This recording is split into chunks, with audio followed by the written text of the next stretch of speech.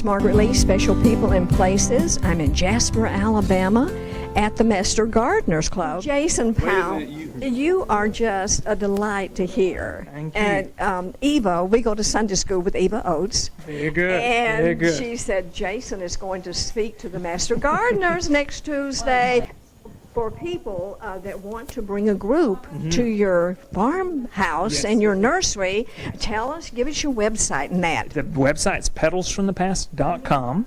Telephone number is 205-646-0069. And we would welcome individuals or as a group. We'd love for you to come and see us in Jemison, Alabama. All right. Well, I look back, and I came with the Mester Gardeners group in 2013. Yes. So impressed with your place. It is so conducive, you know, for groups, and you have that building, very nice building, and serve lunch. Absolutely. We've got, typically, that building, you know, is occupied by group visiting here or there at least once or twice a week. And we've got, thankfully, a great caterer in the area. So if the group's coming and would like to have lunch provided, they've just got to let us know how many, and we've got a menu they can choose from, and we'll have it all prepped and ready. Oh, I remember we had a delightful time, and the accommodations are just wonderful, and they can see how much information they get from you. It's you're just phenomenal. Everybody in the plant world loves you. Well, thank you. We're excited because we feel like really, as we were talking about tonight, this is the most exciting time to be in the industry. There's a lot of interest in all aspects of gardening, edible, natives, pollinators. And so these are things that we feel like we can help gardeners, and we want to help them make good choices, but we want to show them what they look like in the garden. So I appreciate you saying that, because in 2013, that's been our goal, certainly since then as well, to create an atmosphere where we can all enjoy it and learn. Everyone does. It's well worth the drive, no matter where you are in Alabama. It's worth the drive, Jason. I'm here to tell you. Well, I appreciate that. Thank you very much. We thoroughly enjoy it. But now, tell me the truth. Whose idea was it to go clip all these plants? Was it you or Shelley? Oh, that's Shelley. Most definitely. Most definitely. She is the head propagator. And you know, she and my mom together, between the two of them, I believe they can root a toothpick. So, for sure. Well, that's saying something for the loves of your life. That's right. That's exactly right. The women of your life. As long as I stay and follow their direction, I'm in good shape.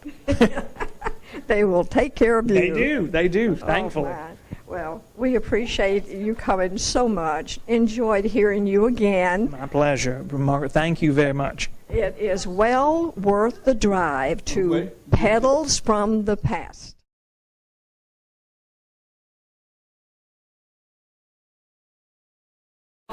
Eva Oates, you are president of our Sunday school class, and one of the benefits was that I get to hear about things that are going on. And when you said Jason Powell is going to be speaking to the Mester Gardeners group, I said, yes, I would like to come. He always amazes me. How about you? Yes, I love Jason Powell. He's got a place in Jemison, Alabama called Petals from the Past. And if you hadn't been, you need to go, because it's a wonderful place. Oh, It's got old-timey roses, for one thing, among a whole lot of other things. Absolutely. I've never asked him before, but I wanted to ask him where they got the idea of this. But, of course, when he gave his lecture, he said that he knew these plants were and hardy. So, thank you for letting me know. You are so welcome. I was looking, and we went down to his nursery. It was 2013. Yeah. Well, the Mester Gardeners went down there in the spring, and he told me then that he would come and do a program for us. So, well, he is so busy. You finally got him. yes. Yeah, we're very fortunate to get him. Yes. And I felt guilty for asking him because it's such a long way. Yeah, up. it is. He brings all this stuff, and then he has to take it. What we don't buy, he has to take all home. So, but anyway, we appreciated him coming. Oh, very much, and thank you for letting me know. Oh, you're welcome. Oh, you are welcome anytime. Oh, can we leave that for just a minute? Let me get the last thing.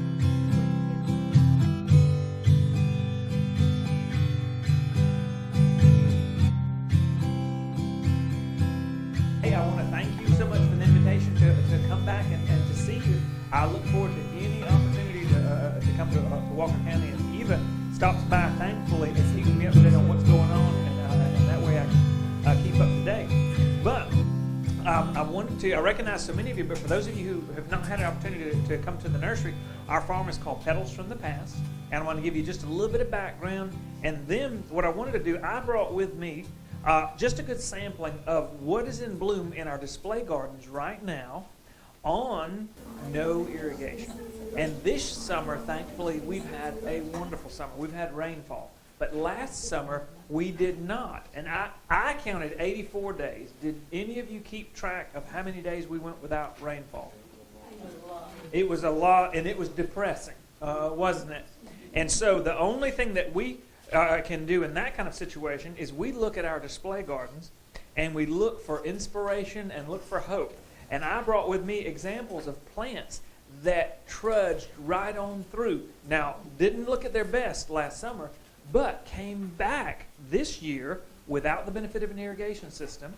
And these are plants that we don't have to worry about a common insect or disease. And that's the theme that we're really looking for with our nursery. We're looking for plants that are just good, tough southern plants and that can adapt to these fluctuations in temperature and fluctuations in moisture that we will have. I think we have absolutely two completely polar opposites when we're looking at the summers, last summer versus this summer. We have been so thankful for the rainfall this summer, and given the comparison of the two, do any of you have any doubt in your mind which summer you prefer to have? Let's have the rain, thankfully, for sure. All right, so just a little bit of background. When we began our nursery, we started back in 1994, and we started with one primary goal. Our goal and focus is to approach gardening from an educational standpoint. My early gardening experiences were with my mom and with my dad, and they're who got me kind of hooked on gardening. My dad worked as the fruit specialist for the state of Alabama, so he worked with the Extension Service. And as a youngster growing up, every year when I could get out of school, as soon as I could get out of school, I'd jump in the car with my dad, and we would travel all over the state of Alabama. So in June, we'd be down in Bruton, Alabama. Do you know what Bruton grows? Absolutely. It's the blueberry capital of Alabama. In July, we would be right up in Chilton County, where we're now located. We're in Jemison, Alabama, which is right in the north end of Chilton County. You know what we grow in Chilton County? Peaches. But this year, only a 20% crop at the most. And some of you may have heard about that. And some of you that have stone fruit may have had that experience. You can chalk almost all of that small crop up to a lack of winter chilling. That mild winter that we just came through did not provide enough dormant hours for many of our tree fruits to have been able to successfully produce. Many of the peach growers that are right around me are just happy that the trees leafed out because they're still alive and can produce for next year. And then in August, before I went back to school, we'd be in North Alabama up towards Sand Mountain, where there's a lot of apple and pear production. But my mom loved to garden as well, and she liked to have fresh cut flowers like this arrangement. That is absolutely gorgeous. And they don't ask for a whole lot of input. If you're not growing this one, I would encourage you, throw a few seed out. You've still got time for those seed to germinate and still be blooming right into October, for sure. And they don't have a common insect problem. Only thing I've ever seen bother them is a little bit of powdery mildew, and if I get that, I cut them back, and they come right back out, too. So zinnias, old-fashioned zinnias, they're sometimes called cut and come again. One other name I heard them called a while back was old maids. I went home, and my parents were very supportive, and they said, Jason, we've heard of a lot of students who have this same predicament, and upon graduation, if they don't know, they just go out and get a job, any job. And many of them move out of the house. Wasn't that good advice? For sure. They were really helping me there. And so I went to my professors at Auburn, and they had a whole different approach. They said, look, Jason, don't worry about it. We know the solution. You're not the only student to ever have this problem. And they even put their arms around me. And they said, you just keep taking classes until you figure out what you're going to be. Right? You, in essence, write a check for another semester, and it will occur to you what you are supposed to be. So I decided maybe if I took their advice and Mom and Dad's advice and went to graduate school out of state, I could maybe figure out what I wanted to be. So when I finished at Texas A&M, I decided I wanted to come back home to Alabama and start a nursery that could incorporate the same things I learned with my dad with the Extension Service, an educational approach to gardening, but could feature tough plants for southern gardens. And so we achieve our educational goal through two primary efforts. First, we plant what we're growing in a garden setting. We're going to talk about this Rudbeckia here. And I think everybody in the room probably recognizes this as a black-eyed Susan. But it can only get so tall in this container. This container is a 1-year-old perennial form of this Rudbeckia, and it's a variety called herbstone. And if we could transport and go to the nursery into the display gardens, I could show it to you on the west side of our farmhouse, where it has been growing for the last 9 years. And from one plant, I now have a clump that's this wide, and it stands at about 7 feet tall with no staking. So it not only survived the drought last year, it bloomed throughout it. It came back with a vengeance this year. It's multiplied. It does not have a common insect or disease problem, so it's sun tolerant, drought tolerant. Butterflies absolutely adore it, like they do most black-eyed Susans. And so this has passed our test of neglect, and then we like to showcase it in the display gardens. So the display gardens help us achieve one component of our educational goal. You can see what these plants look like when they're fully grown. And then you have a better feel for how many do I need, how tall are they going to be, where do I put them. That way you don't put that perennial at the front of your border. The second effort we make at achieving an educational goal is each month we invite guest lecturers to come in and share their expertise with us. So we try to tackle a number of different topics and invite guest speakers that are knowledgeable in that area to help us become better gardeners. There's a whole list of them on our website. It's just petalsfromthepast.com. If there's ever an event that you'd like to attend, 99% of our events are no reservation and no charge. And so that's kind of a little bit of background. I'm very, very fortunate. I've got my whole family involved. My dad, I was telling you about, retired from Auburn University about 15 years ago, and I hired him immediately, and he helped us to diversify right off the bat.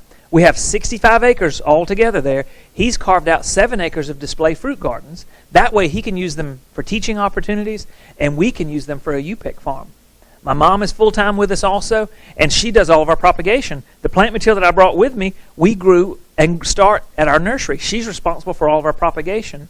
Currently, we grow 85% of all of our plant material right there. So the display gardens serve the tool of teaching us how big do these plants get, what do they look like in July and August, and my mom can go in there and take her cuttings. She can root from stem cuttings or root cuttings. She can collect the seed, and then we can propagate from those plants. That way, if you're picking up that plant, you can not only see how big it's going to get, you're going to know that that plant came and has its origin from right there at our nursery. I like that because I think about the distance between here, between Walker County and Chilton County, and I have greater confidence that if I'm growing it there, you're going to have better success with it in your garden than if I was bringing it in from Washington State or Oregon or bringing them in. These guys need to know what a Jasper, Alabama summer looks like and what it feels like in order to be able to survive.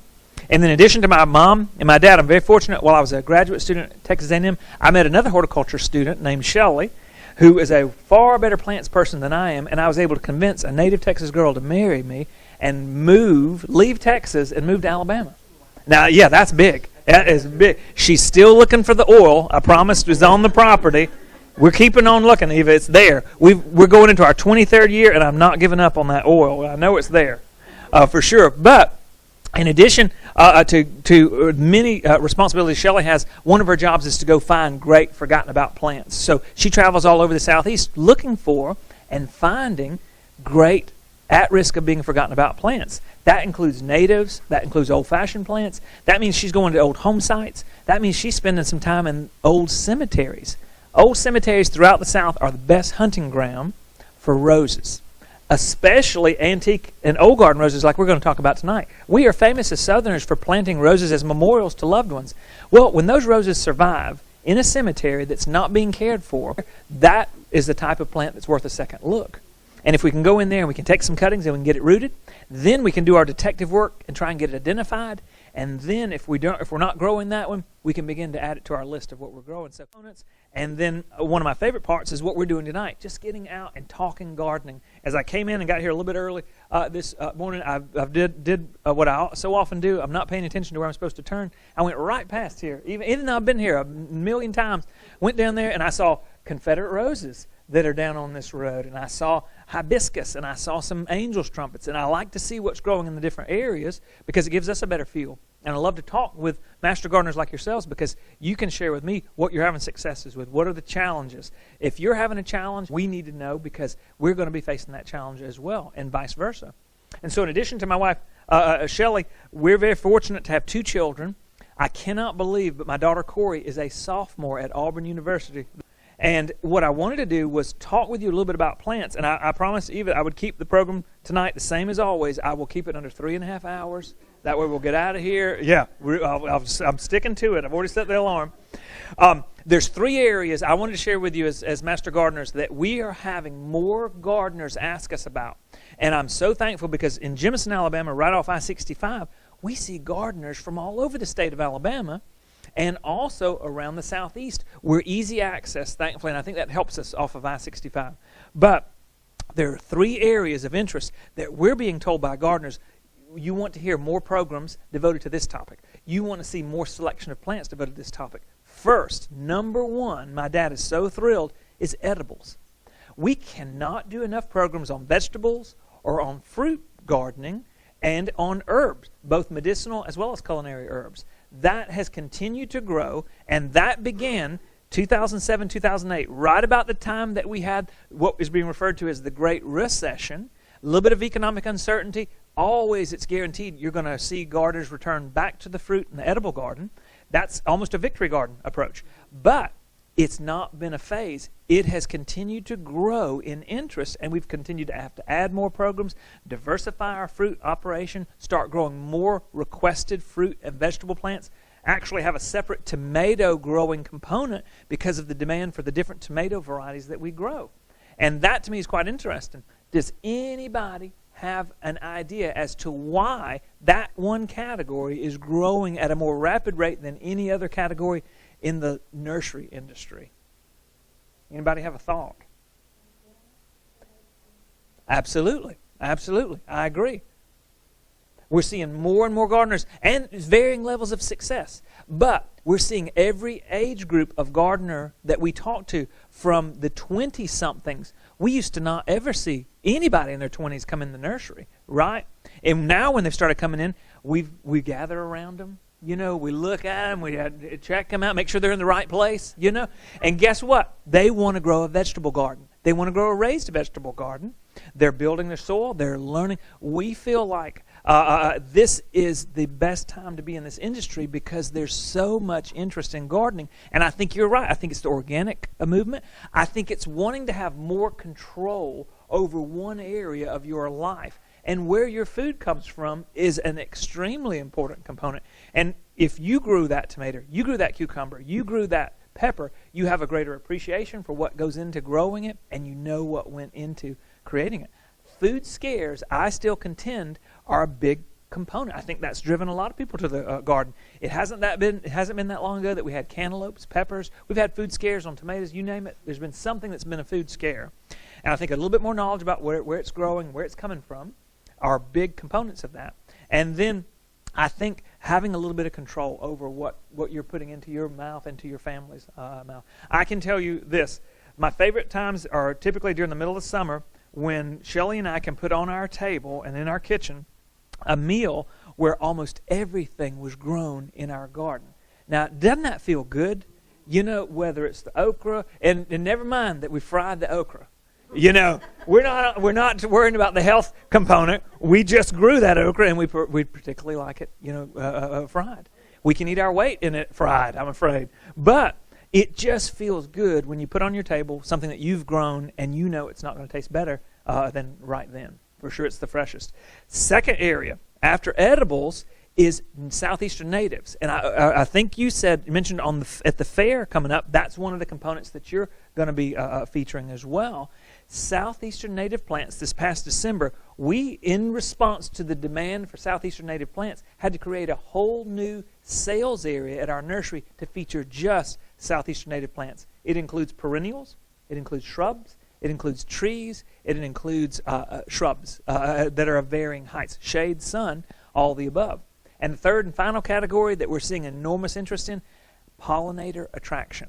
plants that are going to be attractive to pollinators, such as our honeybees and butterflies, and of course any flying insect that we want to come in there that can be of benefit.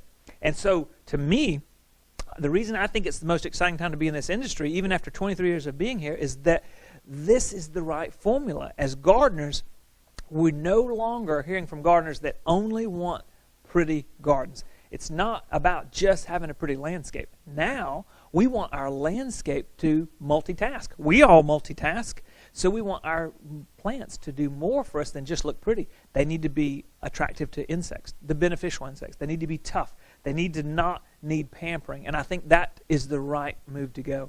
And so we're getting the opportunity to talk to a lot of gardeners, thankfully, every day who have that kind of interest, and we feel like it's our job to help showcase some of the plants I wanted to talk to you about tonight.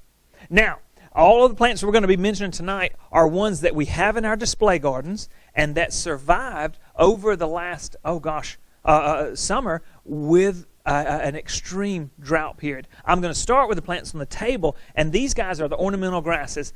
I'm a huge, huge fan of ornamental grasses. I think that they have character. And one of the things that we know is that our ornamental grasses, I noticed at the hospital as I was coming in, the beautiful miscanthus, they call it maiden grass that's out there, blended in with some of the knockout roses. I think the grass is every bit as pretty as those roses. It's graceful when the air moves through there. Deer don't eat ornamental grasses. That I like. There's no common insect or disease problem. And you can have any height you want. It doesn't have to be pampas grass. You do not have to grow that grass and have it be a hedge. You can grow varieties of pennisetum like this little piglet that's going to be about 18 inches tall. I love those sweet blooms. And this is a sister to the purple fountain grass. Purple fountain grass, unfortunately, I've never found to be cold hardy at all. But the piglet fountain grass we love. It's compact, about 18 inches tall. It can be a centerpiece in a container, or it can be a nice mixed perennial in your foundation planting or in a perennial border. But remember, like most ornamental grasses, in the wintertime, the grass above ground turns tan. So we get that beautiful tan foliage. I leave the flower stalks in place because they're pretty. And then I cut it back usually late February to encourage that new growth to come back up from the base. If you want to come up a little bit taller, we can go to a wonderful Southeastern Native grass. This one I love. This is, if I'm not mistaken, this is Prairie Munchkin is the variety of blue stem grass. Little blue stem is always funny because they call it little blue stem, and most of the little blue stems still 3 or 4 feet in height. This is Prairie Munchkin, and it's only going to be 18 to 24 inches. But what its claim to fame is it makes this beautiful green foliage, and it has a very upright growth habit.